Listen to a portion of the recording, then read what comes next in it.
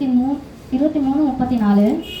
அப்பொழுது இயேசு, பிதாவே இவர்களுக்கு மன்னியும், தாங்கள் செய்கிறது இன்னதென்று அறியாதிருக்கிறார்களே என்றார். இது நம்ம என்ன கற்றுக்கிறோம் அப்படின்னா, மன்னிக்கணும். ஏசப்பா இது ஒரு சாதாரண வார்த்தை இல்லை. இது ஏசப்பா சிலுவையில கடைசி அவர் உயிர் போகிற அந்த நேரத்துலையும் கூட கடைசியாக சொன்ன வார்த்தை மன்னிப்பு.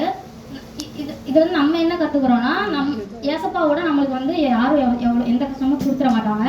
எவ்வளோ பெரிய கஷ்டம் நம்மளுக்கு கொடுத்தாலுமே நம்ம அதை மன்னிச்சு விட்டுறணும். ஏசப்பா அவங்கள அதை பார்த்துக்குவாரு. இதுதான் நம்ம இந்த இடத்துலேருந்து கற்றுக்குறோம். அதுக்கப்புறம்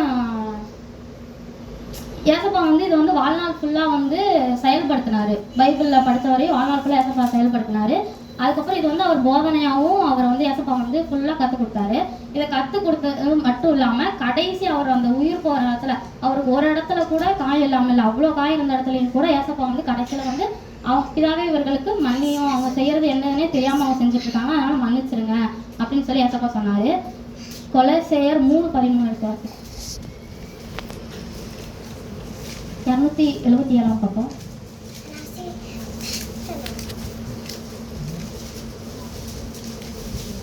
ஒருவரை ஒருவர் தாங்கி ஒருவர் பேரில் ஒருவருக்கு குறைபாடு உண்டானால் கிறிஸ்து உங்களுக்கு மன்னித்தது போல ஒருவருக்கு ஒருவர் மன்னியுங்கள். அதான் அங்க ஏசப்பா எப்படி மன்னிச்சாரோ அதே போல ஏசப்பாவே மன்னிக்கிறப்ப நம்மலாம் ஏமாத்துறோம். அந்த மாதிரி தான் நம்ம ஏசப்பா நம்மளுக்கு மன்னிச்சது போல நம்மளும் எல்லாத்தையும் மன்னிச்சிடணும். கடைசியா ஒரே ஒரு வார்த்தை, எபேசியர் 4:32.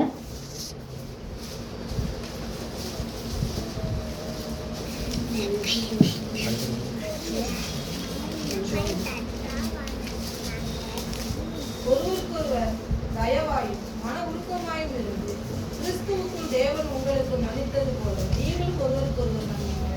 அதேதான் கொலோசையர் 3:13 படிச்சதே தான் இங்கேயும் சேம் டிக்டோவா இருக்கு. ஏசப்பா அவன் நம்மளுக்கு மன்னிக்கிறத போல நம்மளும்